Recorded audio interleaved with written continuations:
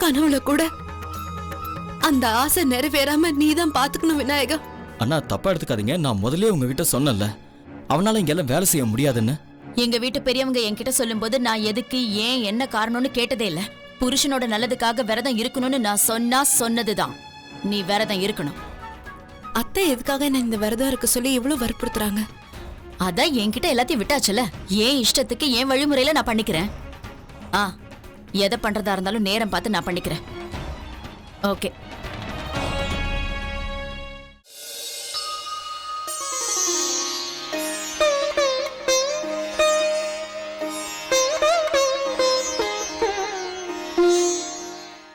குளிச்சுட்டு புது துணியை போட்டுக்கிட்டியா? ஆமா. கலசத்துல கங்காஜலம் இருக்குல்ல? ஆமா. அப்ப சரி, போய் உனக்கு பிடிச்ச கடவுள் யாரா இருந்தாலும் அவங்களுக்கு பூஜை பண்ணு. பூஜை பண்ணும்போது கடவுள் கிட்ட என் புருஷனோட கனவுகள் எதுவா இருந்தாலும் அவருக்கு எவ்வளவு ஆசைகள் இருந்தாலும் அதை எல்லாத்தையும் நீதான் நிறைவேற்றணும்னு கேட்கணும். புரிஞ்சுதா? எப்படி அத்தை உங்களுக்கு புரிய வைப்பேன்?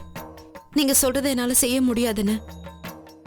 ஏன்னா அமரோட கனவுல அவரோட ஆசைகள் எல்லாம் ஏன் கனவுல பார்த்த விஷயமா இருந்தா நான் எப்படி அதை நிறைவேற்றுறதுன்னு கேட்பேன். அப்ப அவரும் நானும் பிரிஞ்சிருவோம்ல. அப்போ இன்னும் ஏன் இங்க நின்னுட்டு இருக்க? நான் சொன்னது காதுல விழல? போ. புருஷனோட சந்தோஷத்துக்காக ஒரு சின்ன விரதத்தை கூட உன்னால இருக்க முடியாதா? போ, போய் பூஜை பண்ணு. அதுதான் உனக்கு நல்லது. புரிஞ்சுதா?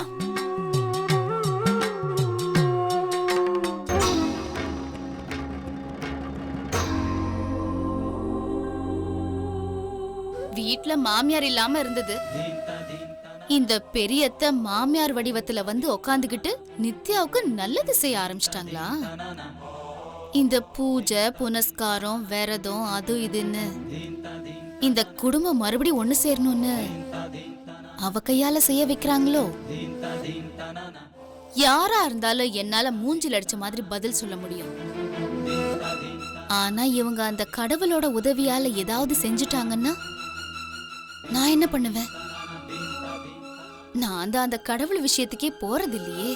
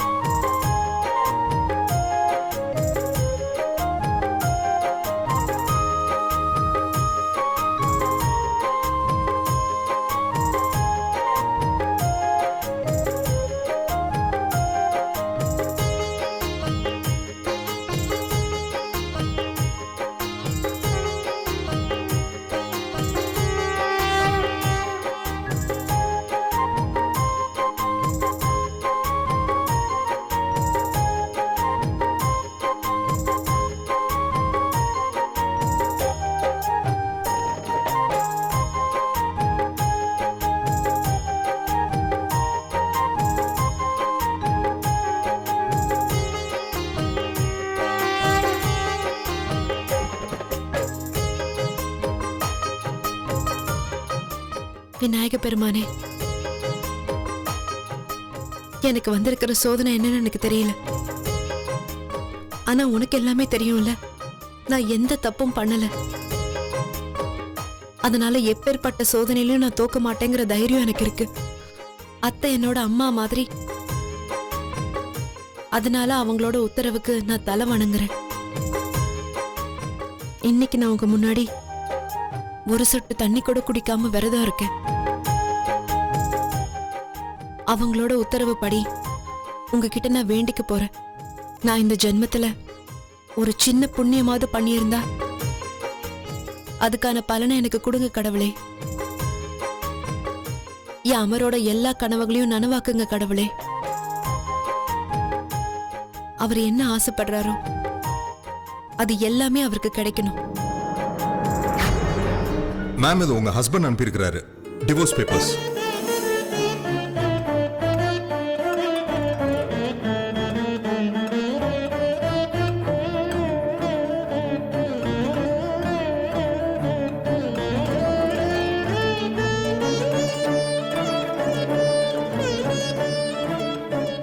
அது வெறும் ஒரு கனவுதான்னு எனக்கு தெரியும். ஆனா ஒருவேளை அமர் கனவுல அந்த மாதிரி நினைச்சா கூட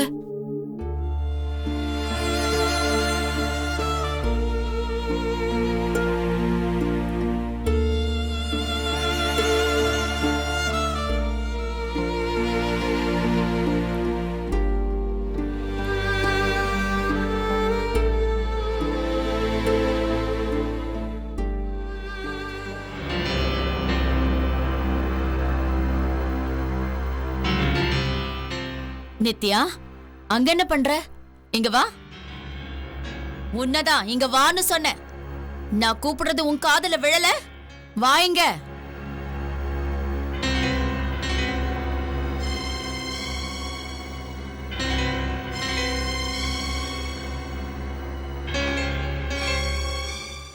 என்ன மன்னிச்சிருங்க அத்தை. என்னால இந்த விரதத்தை இருக்க முடியாது. ஏன் தெரியல. தெரியலன்னா என்ன அர்த்தம்? அதாவது நான் ஒரு சொட்டு தண்ணி கூட குடிக்காம என்னால இருக்க முடியும். ஆனா கடவுள்கிட்ட நீங்க என்ன வேண்டிக்கோன்னு சொன்னீங்களோ அதை என்னால வேண்டிக்க முடியாது. அப்படி வேண்டிக்கிட்டா எனக்கு அதனால நஷ்டம் ஏற்படும். உனக்கு நஷ்டம் ஏற்படுற அளவுக்கு அப்படி என்ன ஆகும் நித்யா? ஏன் எதையும் தெளிவா சொல்ல மாட்டேங்கிற? உன் கணவனோட ஆசைகளையும் கனவுகளையும் நிறைவேற்றி கொடுங்கன்னு அந்த கடவுள்கிட்ட தலைவணங்கி நின்னா உன் அகங்காரம் உடைஞ்சிடும்னு சொல்லு. இப்படிப்பட்ட அகங்காரத்தை வச்சுக்கிட்டு என்ன பண்ண போற?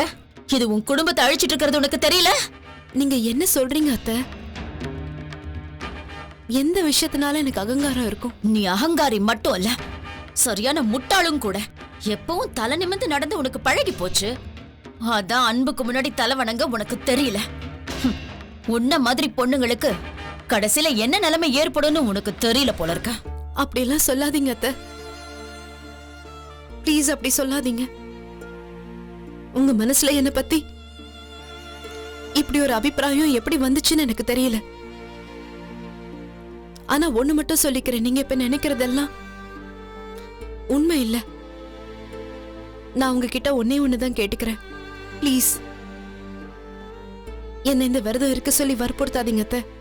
நீங்க சொல்ற மாதிரியான வரத்தை நான் அந்த ஆண்டவன் கிட்ட கேட்டா அதுக்கப்புறம் என்னோட இந்த வீடு என் மனசுக்கு நெருக்கமான சொந்தங்களை காப்பாத்துறதுக்காக கொஞ்சம் நஞ்சம் வச்சிருக்கிற நம்பிக்கை மொத்தமா உடைஞ்சு போயிடும்.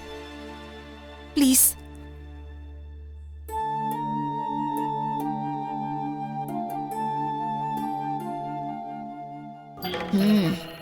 இப்ப புரியுது. இந்த வீட்ல எல்லா பிரச்சனைகளுக்கும் காரணம் இந்த பொண்ணுதான். இவதான் இந்த வீட்ல ஏதோ பிரச்சனை பண்றா. முதல் தடவை இவளை நான் பார்த்தப்போ ரொம்ப அப்பாவியான பொண்ணுன்னு நினைச்சேன். ஆனா இந்த பொண்ணு மிகப்பெரிய சூழ்ச்சிக்காரியா இருப்பா போல இருக்க. வாழ்க்கையில முதல் தடவையா என்னோட கண்கள் ஒருத்தங்களை அடையாளம் கண்டுபிடிக்கிறதுல தப்பு பண்ணிடுச்சு. ஆனா நித்யா, என்னோட கண்கள் இப்ப திறந்துருச்சு. நீ யாரு, என்ன, உன்னோட எண்ணம் என்னங்கிறதுலாம் எனக்கு இப்ப நல்லா புரிஞ்சிருச்சு. இனிமே யாரும் என்னோட கண்ணை ஏமாத்தவே முடியாது. புரிஞ்சுதா?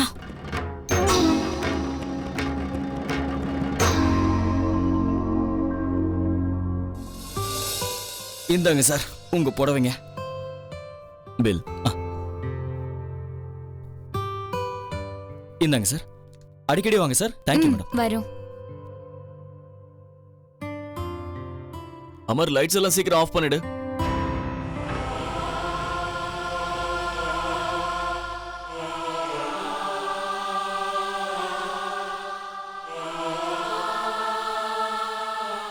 பைத்தியக்காரன் எங்க போனான்னே தெரியல. அவன்கிட்ட பணம் கூட இல்ல. என்கிட்டயாவது கேட்டு வாங்கிட்டு போயிருக்கலாம். பாவம், அவன் இப்ப என்ன நிலைமையில இருக்கானே தெரியல.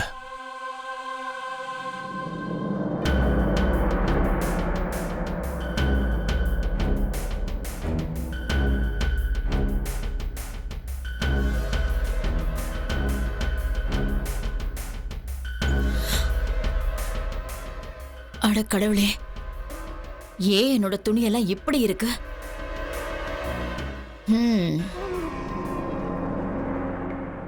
இப்போ நான் இந்த வீட்ல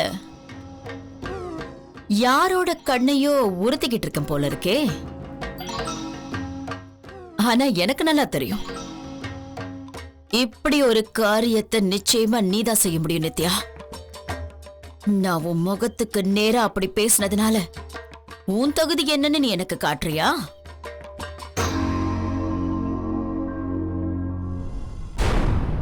உன் மனசுல இருக்கிற கோவத்தெல்லாம் இப்படிதான் வெளிக்காட்டுவியா? இப்படிதான் கீழ்த்தரமா நடந்துப்பியா? ஆனா அத்தை நான் என்ன பண்ணேன்? இத பாருமா, நான் சொல்றத நல்லா கேட்டுக்கோ. இந்த வீடு என்னோட தங்கச்சியோடது. இந்த வீட்டுக்கு நீ இப்பதான் வந்திருக்க, கடைசி மருமக. நீ வேண்டான்னு உன் புருஷன் உன்னை தூக்கி எறிஞ்சிட்டு போயிட்டான், மறந்துடாத.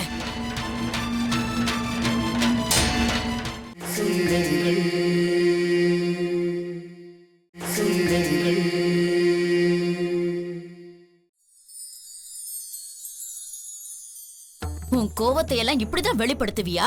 கீழ்த்தரமா நடந்துப்பியா? ஆனா அத்தை நான் அப்படி என்ன பண்ணேன்? அது சரி, என்ன பண்ணன்னு என்னைய கேக்குறியா?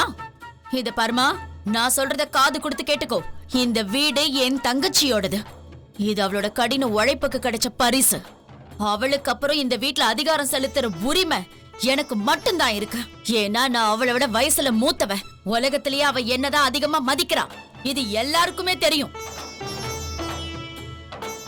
ஆனா நீ இந்த வீட்டுக்கு நேத்து வந்தவ, கடைசி மருமக. நீ வேண்டான்னு உன் புருஷன் உன்னை விட்டு ஓடிட்டான், புரிஞ்சுதா? நல்லா ஞாபகம் வச்சுக்கோ, இதுதான் நான் உனக்கு கொடுக்கிற கடைசி வார்னிங். இந்த வீட்டை நீ ரொம்ப சின்னவ, அப்படியே இருந்துக்கோ. இந்த வீட்டுக்கு பெரியவளான என்கிட்ட மோதணும்னு நினைக்காத. தோ அங்க இருக்கு வெளியில போறதுக்கான வழி.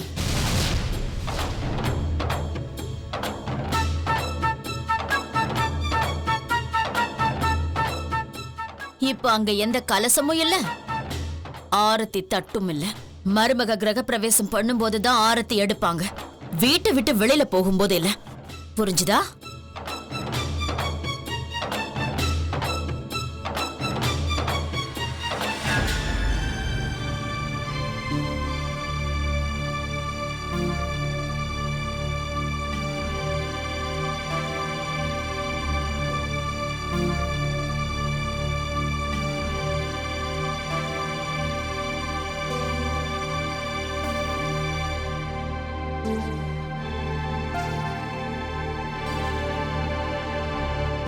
நித்யா தேவையில்லாம விரதம் இருக்க மாட்டேன்னு சொல்லிட்டா. ஒழுங்கா விரதம் இருந்திருக்கலாம். இதுல என்ன குறைஞ்சிட போகுது? பெரியத்த சொன்ன மாதிரி இவ கடவுள்கிட்ட பிரார்த்தனை பண்ணா என்ன?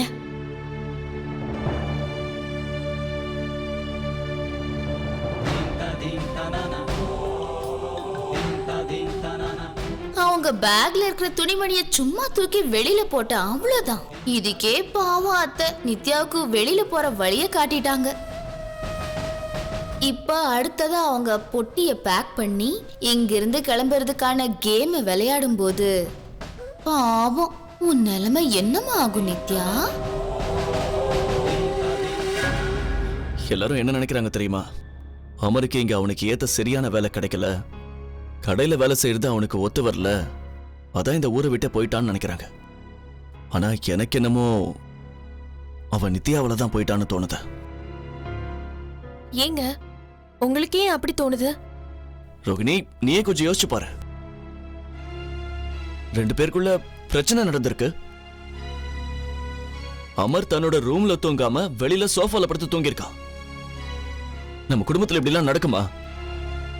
இப்ப உதாரணத்துக்கு நாளைக்கே நம்ம 2 பேருக்குள்ளேயும் ஏதாவது சண்டை வருதுன்னு வை, நீ அதுக்காக என்ன ரூமை விட்டு வெளியே அனுப்பிடுவியா? இன்ஃபேக்ட் தப்பு உன்னோடதோ இல்ல என்னோடதோ, நீ வந்து அட்லீஸ்ட் என்ன சமாதானப்படுத்த முயற்சி பண்ணுவ இல்லையா? ஆமாங்க, நான் என் உயிரை கொடுத்தாவது உங்களை சமாதானப்படுத்துறதுக்கு முயற்சி பண்ணுவேன். தப்பு யாரோடதா இருந்தா என்னங்க? எனக்கு தெரியும், இதுதான் வித்தியாசம். அதாவது உனக்கும் நித்யாவுக்கும். ஆனா இந்த தடவை நானே நினைச்சாலும் அவளுக்கு துணையா இருக்க முடியாது. பெரியத்த விரதம் இருக்க சொன்னாங்க. அதுவும் சாதாரண விரதம் இல்ல, பெரியத்தாவ புருஷன் நல்லா இருக்கணுங்கிறதுக்காக இருக்க சொன்ன விரதம். அவன் நினைச்சிருந்தா விரதம் இருந்திருக்கலாம். அப்படியா? அப்படின்னா நீ அவகிட்ட ஒரு வாட்டி பேசி பாரு. ஏன்னா அமரும் இப்ப இங்க இல்ல. அதனால அவளோட மனசுல ஏதாவது தப்பான எண்ணம் தோணிருக்கலாம். அது நமக்கு தெரியாமலேயும் இருக்கலாம். அப்படியே இருக்கலாம். சரி, நான் அவகிட்ட பேசி பார்க்கறேன். சரி, வா.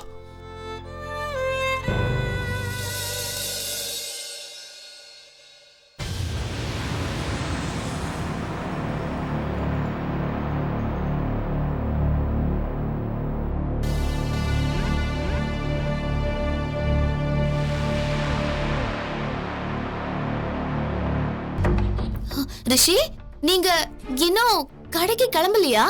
நான் எப்பவோ ரெடி ஆயிட்டேன் வைஷு. உன் கையால ஒரு டீ குடிக்க தான் காத்துக்கிட்டு இருக்கேன். அது வந்து ரிஷி, இன்னைக்கு ஒரு நாள் கடையிலே டீ வரவழைச்சு குடிச்சுக்கோங்க. அது ஒண்ணும் இல்ல, எனக்கு உடம்பு கொஞ்சம் முடியல. என்ன வைஷு, என்னாச்சு உனக்கு? அது எனக்கு ஸ்டொமக் பெயினா இருக்கு. என்ன, நீ முதல்ல இங்க வா. வா வா வா, இங்க உட்கார். வயிற்று வலி உன்னால தாங்க முடியலன்னா சொல்லு, நான் டாக்டர் வர சொல்றேன். ஐயோ வேண்டாம் ரிஷி, நான் ஏற்கனவே வெந்தயமும் தண்ணியும் குடிச்சிட்டேன். கொஞ்ச நேரத்துல தானா சரியாயிடும். நீங்க கிளம்புங்க. கண்டிப்பா ஒண்ணும் இல்லல. கண்டிப்பா நான் சரியாயிடுவேன்னு சொல்றேன்ல. நீ உடம்ப பாத்துக்கோ, சரியா? நான் பாத்துக்கிறேன், நீங்க கிளம்புங்க ரிஷி. எனக்கு ஒண்ணும் ஆகாது.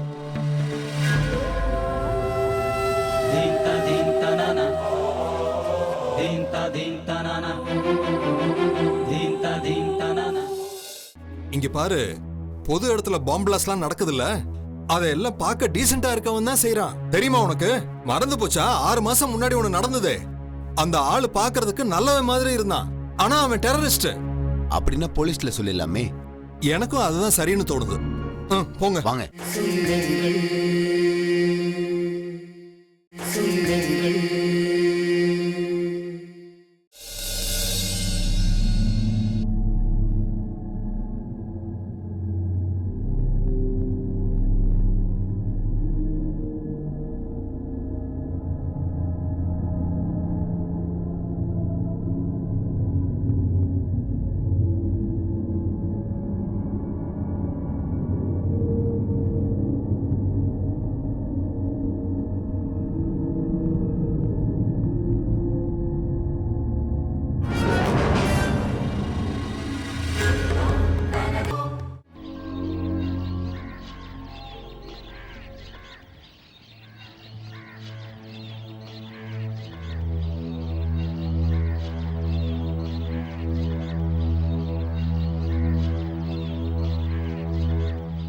அங்க பாரு, யார் அது?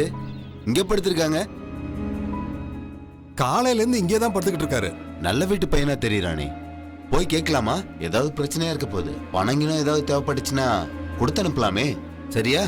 உன் இஷ்டப்படியே பண்ணுப்பா. ஆனா பொது இடத்துல இந்த மாதிரி பாம்பு பிளாஸ்ட்லாம் நடக்குதுல்ல, அதெல்லாம் இந்த மாதிரி பார்க்கிறதுக்கு டீசென்ட்டா இருக்கவங்க தான் பண்றாங்க.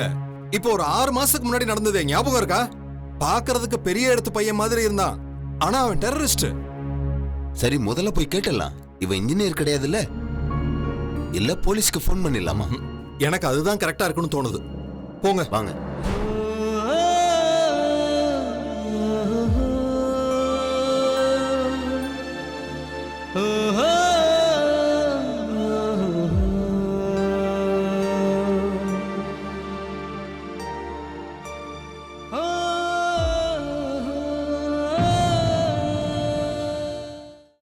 யார் எடுத்தது இவளோட தாலிய?